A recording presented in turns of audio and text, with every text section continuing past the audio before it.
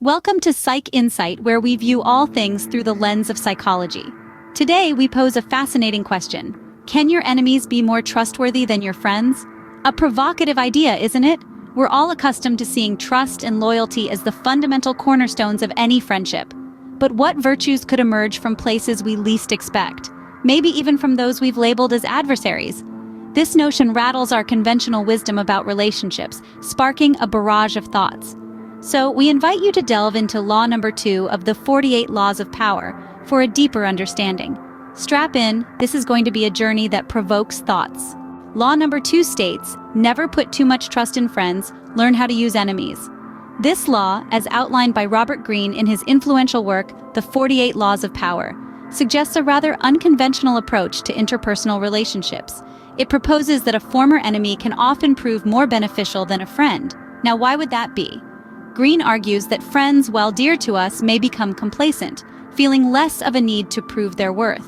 This could lead to a potential betrayal born out of envy or lack of motivation. A former enemy, however, has much more to prove.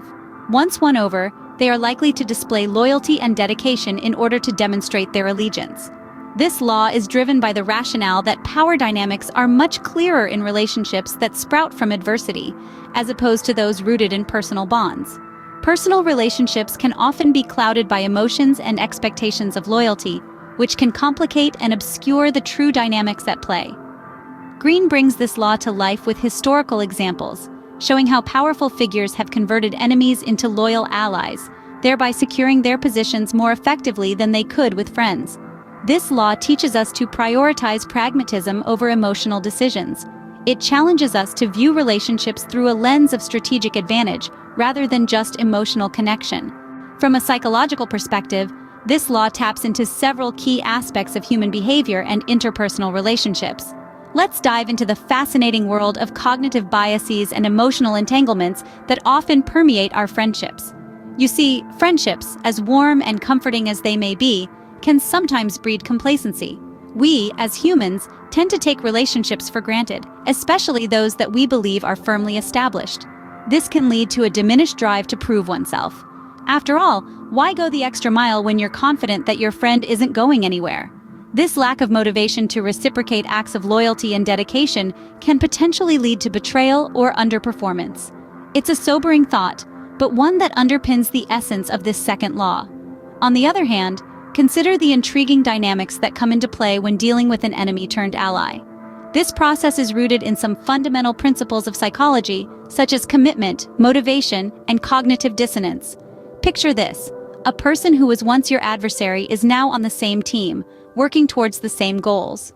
This situation can cause cognitive dissonance, a psychological discomfort that arises from holding two conflicting beliefs.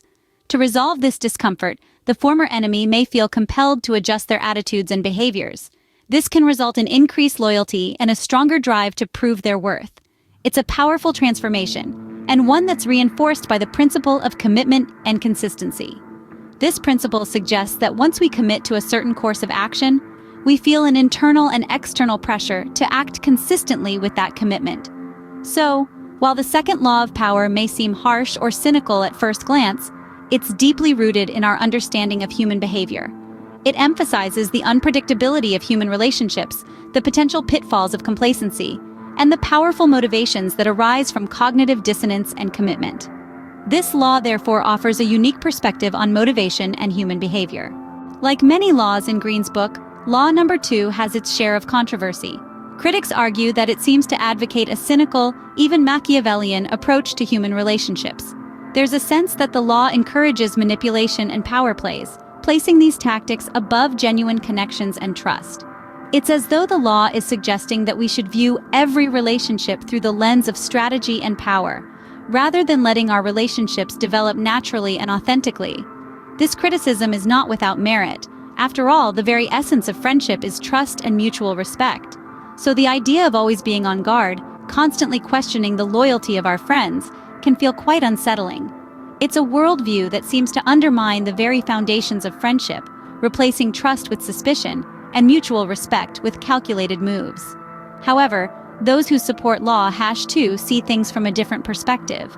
They argue that the law isn't so much about promoting cynicism as it is about acknowledging the complexities of human nature. It's not denying the value of genuine friendships, but rather, it's highlighting the potential pitfalls and blind spots that can emerge in these close relationships. Supporters of the law believe it encourages us to be more discerning, to understand that not all friendships are created equal, and that sometimes our emotions can cloud our judgment. They see it as a call for pragmatism, a reminder to be aware of the power dynamics at play, even in our personal relationships. In essence, Law #2 is not so much instructing us to distrust our friends, but to be mindful of the complexities and nuances of human relationships. It's about recognizing that loyalty and trust are not always straightforward, and that power dynamics can influence our relationships in ways we might not initially anticipate. Whether one agrees or disagrees with this law, it certainly provokes thought and offers a different perspective on trust, loyalty, and power dynamics. It's a perspective that can lead to a deeper understanding of our relationships and the forces that shape them. In summary, Law #2 of the 48 Laws of Power advises us to be cautious with trust in friends and to recognize the potential value in former enemies. This law underscores the cognitive biases and emotional complexities within friendships that can sometimes blur our judgment, leading to complacency and a diminished drive to prove loyalty. On the other hand, it highlights the psychological principles of commitment, motivation, and cognitive dissonance that are at play when an enemy turns into an ally. This transformation often results in increased loyalty and a heightened desire to prove one's value. This law, like many others in Greene's book, is subject to interpretation and controversy, with critics viewing it as promoting a cynical view of human relationships, while supporters see it as a realistic acknowledgement of the complexities of human nature and power dynamics. Whether you choose to apply this law or not, it's clear that understanding it can offer valuable insights into human behavior and power dynamics. Until next time, keep questioning and keep learning.